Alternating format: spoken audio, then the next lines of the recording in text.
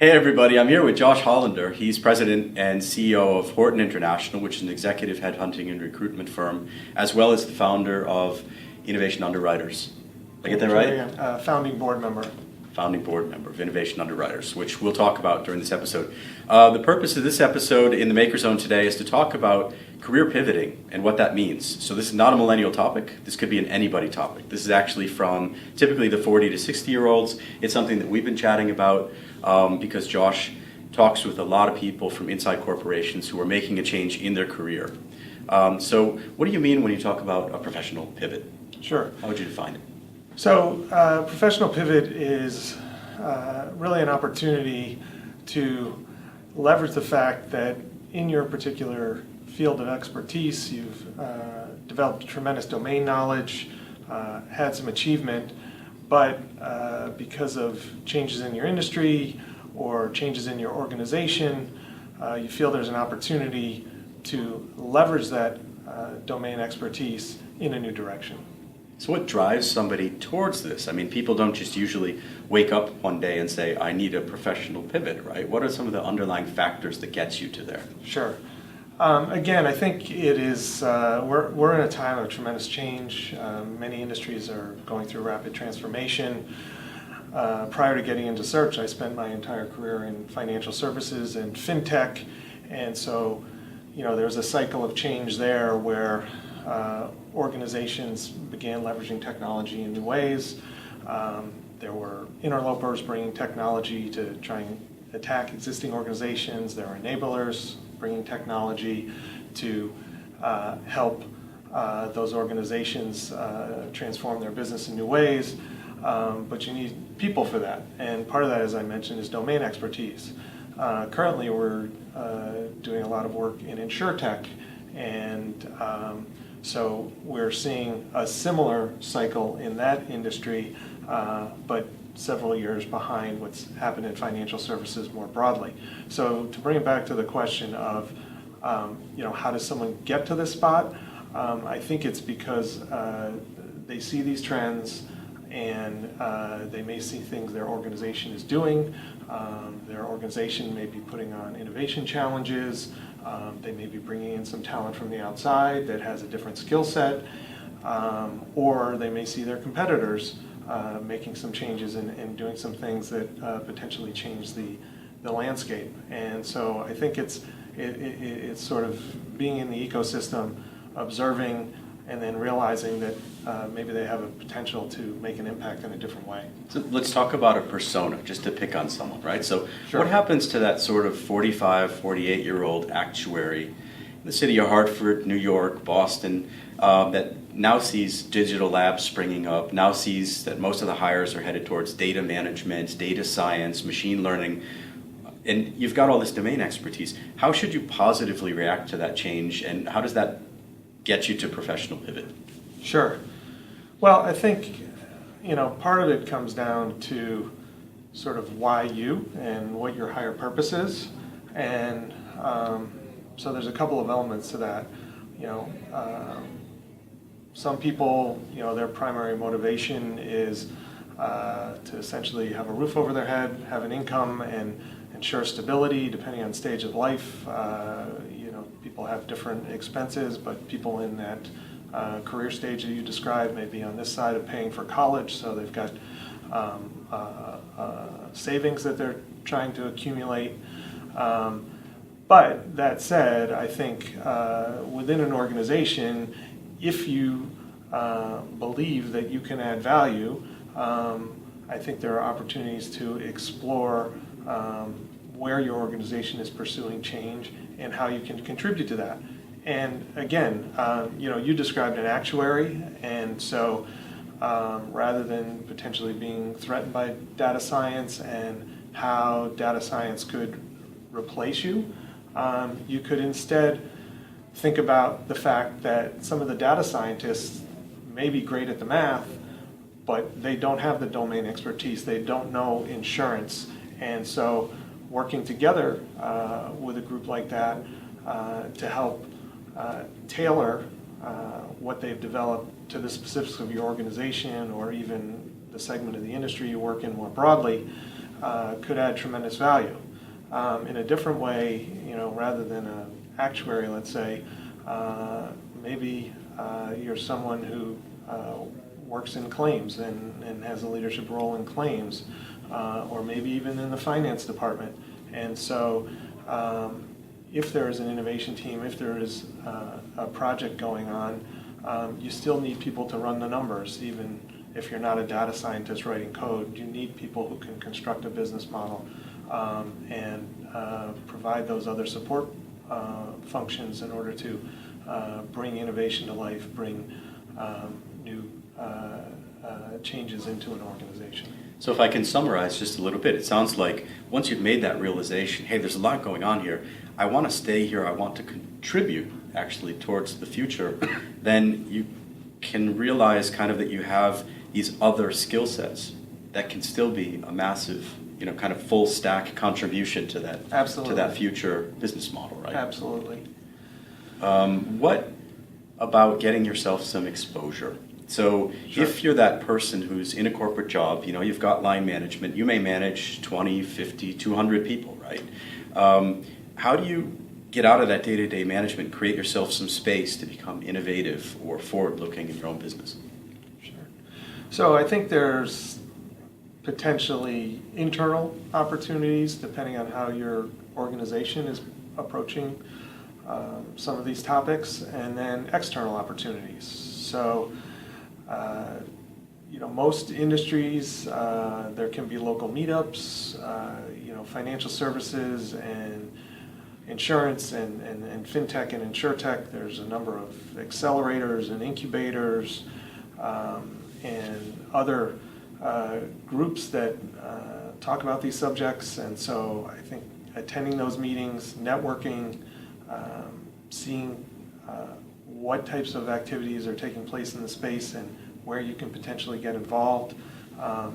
May even be able to do some mentoring for early stage organizations.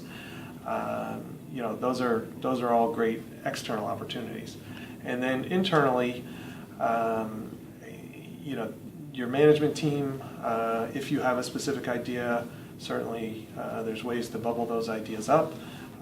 Some organizations have innovation teams, and so finding out if there's a way to get involved in those teams, even if it may be in addition to your day-to-day activities. And then in some organizations, your HR function in terms of career development, leadership development, may have some resources available to you to help you build your skills in this area. So it's about being hungry. One of the things I've taken from our conversations earlier was if you find yourself at this cliff, right, this professional pivot where things are changing, you don't know why yet, but you're in this realization process, the best thing to do is get outside the building. I want to give a little bit of a plug for where we're sitting today. We're sitting in Upward Hartford, which was built by this great team led by Josh Hollander, and Josh has an office here.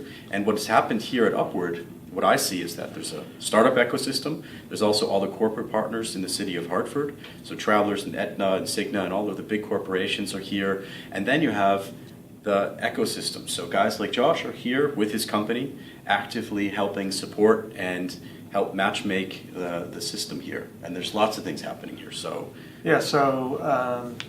we made the decision to move our office here about 18 months ago.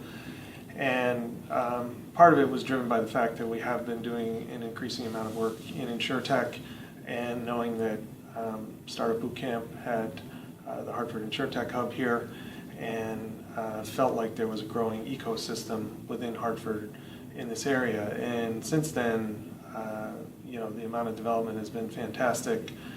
There's Upward Labs, and many other groups that are coming in and either using it as office space on a day-to-day basis, or bringing in groups for special events. And it's just been fantastic to see the increase in activity and level of excitement in the building and more broadly in the area as well. So what happens to this, let's say, let's give this person a name. The name is Samantha, right? So Samantha is our 48-year-old accountant, finance person, working at a major insurance company or a finance company in a city, finds out there's an innovation thing going on at their company. Of course, most companies have innovation labs and things happening. What should Samantha actually do? Should she speak with a line manager? I mean, she's probably a leader at this point in her business, right? Because I remember the first time that I started to go to external things, I felt like I was doing something wrong. Felt like I was breaking policy, right? Like, should I even go talk with other people about strategy and business model and look at startups? So how do you deal with it as a person? Sure. Well, I mean, first and foremost, you have to be respectful of anything that's proprietary and maintaining, confidentiality about anything that is part of your organization's secret sauce. But that said, I personally believe that we're in a world of ecosystems, and learning takes place in new ways now.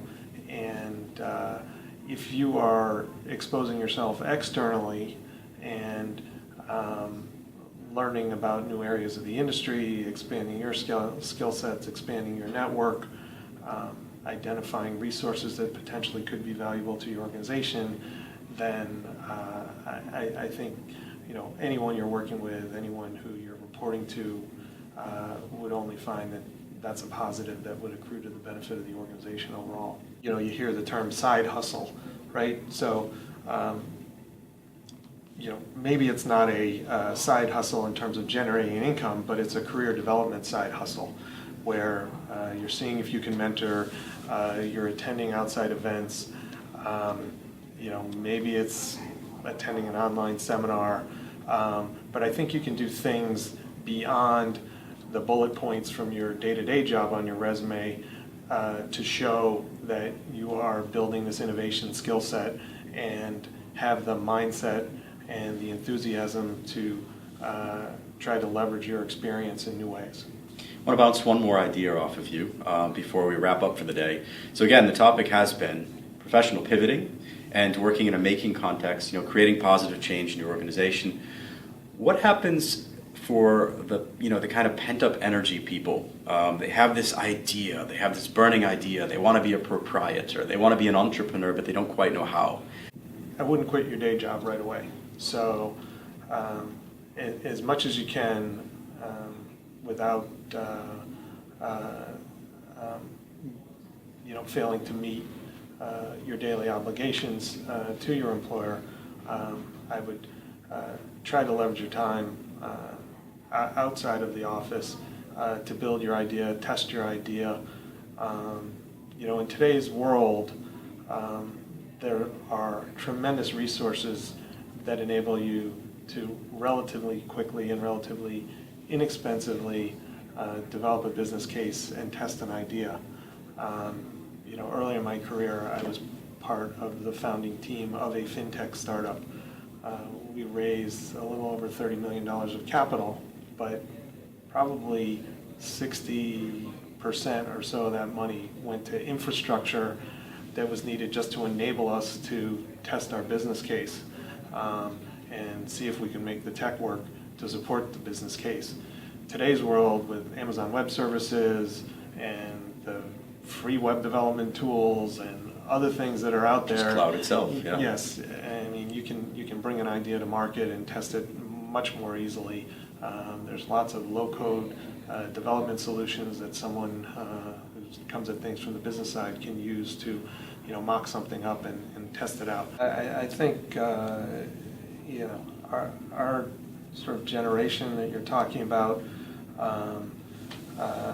is at a stage of career for the most part where we do have strong domain expertise, we have a lot of value to add, and that in combination with some of the new technologies and new business models that are out there, you put those two things together and you have the potential to really create some great things. Now, you seem like a pretty open guy. When I first contacted you, you were very open to taking the contact, to getting to know each other. How can people get in touch with you if they want to talk about this?